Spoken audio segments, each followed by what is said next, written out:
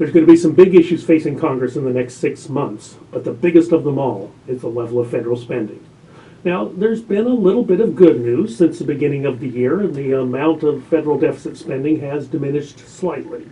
Most places would not look at a $600 billion overspend as good news, but when it has been twice that amount in the past couple of years, that is progress. The key now is how to make certain that that progress is continued. Now, there will be the appropriations laws that are passed this summer.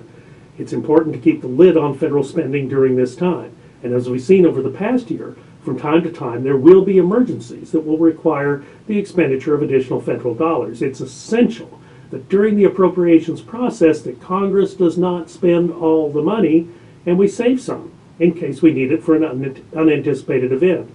The other issue that's going to happen is the federal debt limit vote, and at this point it looks like that's something that will occur later in the year than most people thought.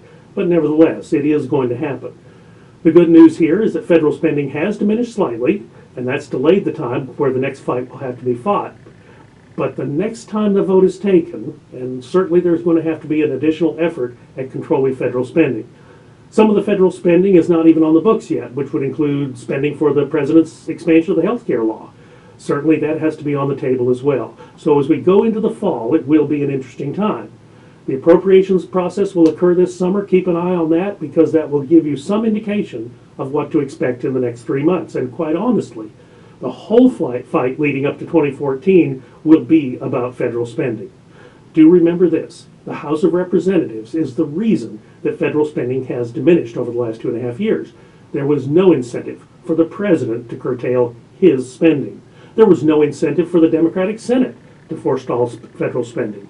It has been the House of Representatives all by itself which has accomplished this. Many people will look at what has happened over the last 2.5 years and say, well, maybe a good start, but no way is it enough. Remember this, had we not been there as the restraining order on an out-of-control administration, federal spending would be in a much worse place than it otherwise is today. The key is to continue that pressure, ratchet federal spending down a notch or two as we go through the appropriations process, and then let the fight over the debt limit begin again.